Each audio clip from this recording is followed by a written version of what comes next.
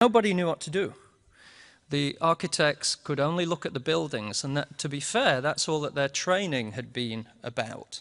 A lot of the educational system in England at the time was about looking at houses or smaller buildings as part of an architect's education.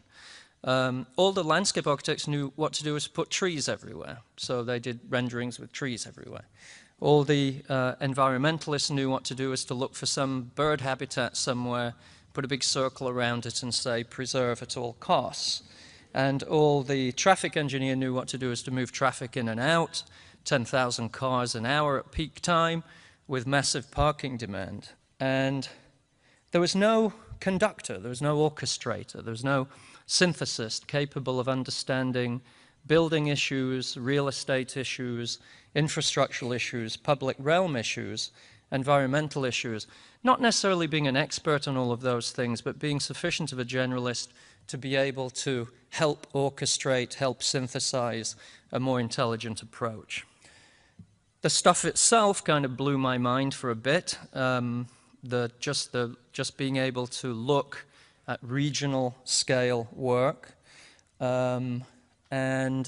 But one of the things there was this scaling idea, working from very large scale to mid-scale to a smaller scale. So the idea of nesting your work across various scales. The whole mapping stuff, of course, but also the science and the technology, or the understanding a greater level in terms of how natural systems work across these scales. And famously, the layering approach, or the idea that you could analyze these landscapes in terms of layers, you could attribute values to those layers, you could begin to do rational urbanization planning, rational metropolitan transformation, if you will, in a fairly rational and analytic way. Working with layers, but these layers this time were not analytic, they were not descriptive, they were actually projective. There was a certain autonomy to them. They didn't derive from the site, they actually derived from a future program. And finally, you get to the biological moment where this idea about surface, geometry, the organization of surfaces, from mapping to layout to aggregation, to the idea of a surface that's biologically living and is self-regulating in some way. So this image is an image of sweat glands. The silvery blue is a globule of water or sweat. If the skin is really hot, those globules will get bigger and there'll be more of them to try to cool the skin down. When the skin goes cooler and goes cold, the sweat will disappear. So this idea of a surface whose formal properties now are actually linked to its process. So beginning to understand form and process as something that's performative in time. I'm trying to show how I've had for a very long time a deep interest in horizontal systems of organization. You could call it planning. Some of those interests are analytic and descriptive, and in particular to do with describing the interrelational layers, the interrelational processes, a la Macquart. Some are projective and autonomous, completely autonomous, and more about creating new situations or projecting new programs, such as the work at La Villette.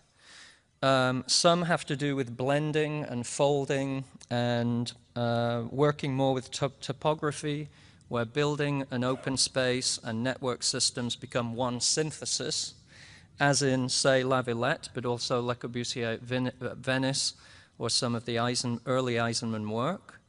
Some archaeological and palimpsest-like in terms of being able to have layers of content, layers of archaeology, as in some of the Eisenman examples. Some super pragmatic and just more like an engineering monolith, as in certain parts of the American landscape, which are just really extraordinarily pragmatic landscapes and pragmatic geometries. Some time-based systems of organization that allow things to evolve and change in time. Some organizations that are born not from extension but from accretion of small aggregates or small units in time. A forest is a perfectly good example of something that is grown up out of small aggregates. So the current tension that you see in many debates today between form and process, to me, is sort of, you know, it's not one-sided. You don't say, oh, I'm all about form, I don't care about process. You don't say, I'm all about process, I don't care about form. The two are absolutely interrelated. It's the precision and the detailing of the form that allows and guides and steers processes to be able to behave and interact in certain ways. So form and process are absolutely interrelated.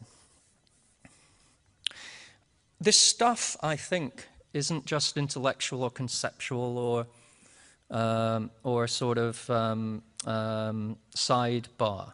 I think they're pretty fundamental concepts for beginning to think about how we can deal with cities today and how we can deal with many of the complex sites that Julie has pointed out are abundant, many of them post-industrial conditions that don't have easy solutions, and the whole problem of how to organize them, how to organize content, and how to begin to use form and geometry to organize process in time is a pretty key issue. So looking back very quickly, in Downsview Park 12 years ago, this whole project was just about using earthwork to steer water to begin to build and diversify the ecological range and the social programming range of a fairly bereft site.